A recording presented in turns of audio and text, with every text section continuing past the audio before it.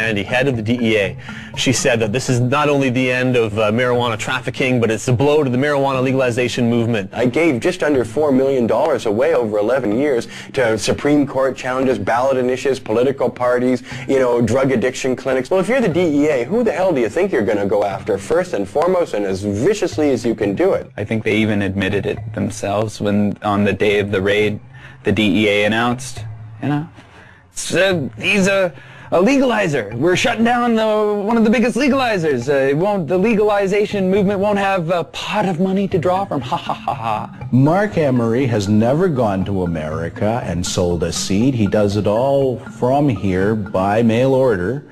And it's akin to Canadians ordering, a machine gun from somewhere in America. It's against the law, and if we receive it here in Canada, they come and arrest us for receiving the machine gun.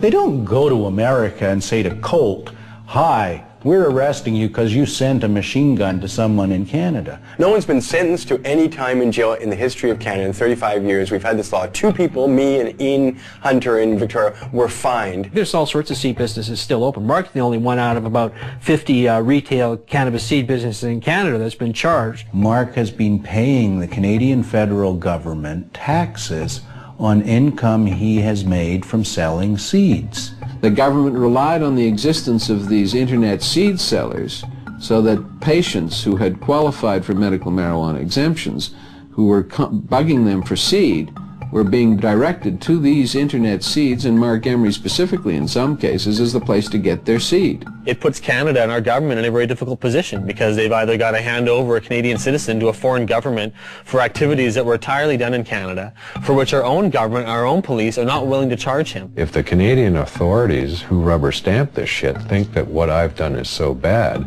then charge me. I should be tried by a jury of my peers. I'm not about to be tried by my peers at all. I'm about to be tried by foreigners. At 420, a time synonymous with smoking marijuana, everyone lit up. And for those who didn't have marijuana to light up, again the police were close by, and again they didn't seem to care. One officer mentioned she was bothered by the smell of the smoke. It was kind of confusing. How could we be sending Mark Emery to prison for life in the United States if even our own police aren't finding it worth their while to bust people smoking it right in front of them? That's not the only thing that's confusing. The marijuana that's consumed in the United States, how much comes from Canada? I don't know much about Canada. I don't either. Maybe 20%? I'll go with 35. 35%? And a quarter. 50%. 50%. I would say about 60%. 60%? 70%. Yeah, 70-80%. At least 80% of it. Ooh, I don't think it's all that much. Most of it is here.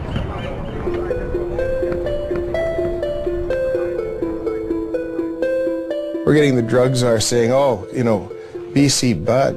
This was when some of the people in Canada were trying to get marijuana legalized. John Walters went up there and said, what you're talking about is passing a law that will allow you to export poison to my country. When we talk about poison, exporting poison, what do we export to Canada?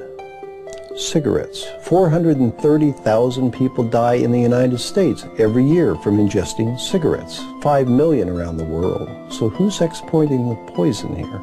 Of the 6 million people who could benefit from treatment and need it in the United States today, 60% are dependent on marijuana.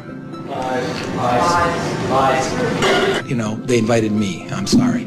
I wasn't sure who invited him and why he came here yet again. He's been here before. He needs to shake his head.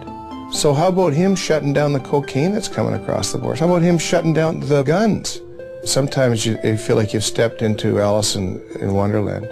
You've gone through the looking glass. In fact, more Colombians die from U.S. tobacco than Americans die from Colombian coca products. So what's the drug war really about? Because if you don't want American tobacco in your country, America will go to war in a trade sense with your country. You have Canada engaged in cannabis policy reform and taxing and regulating cannabis, and all the scare stories haven't come true.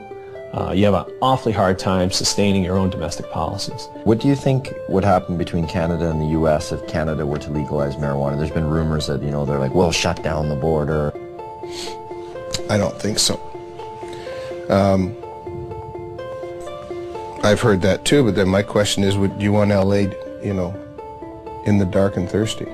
If you do that, then we're not going to ship oil, we're not going to ship water, we're not going to ship electricity. It's not going to happen. We're too important to each other. The softwood lumber people going to stop doing business? Are the fishing guys going to stop doing business? Are the people who manufacture stuff back and forth across the border going to stop doing business because pot's legal here?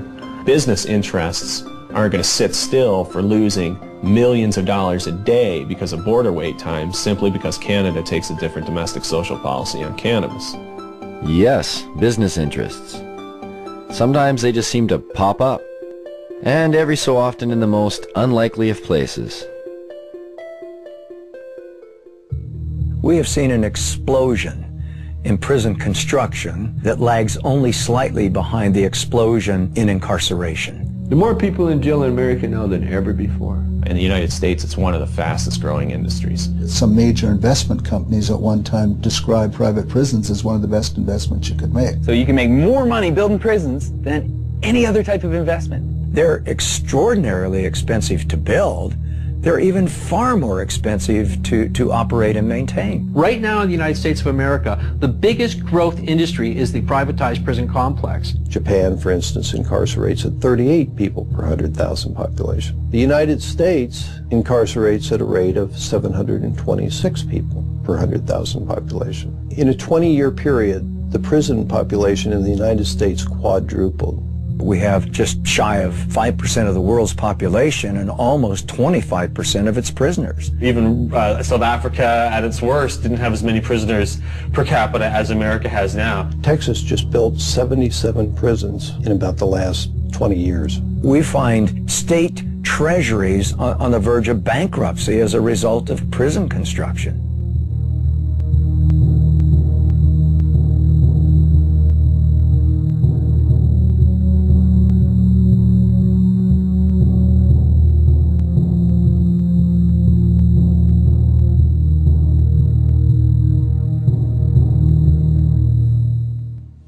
Some think there won't be room for them in jail.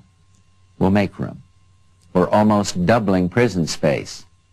Some think there aren't enough prosecutors.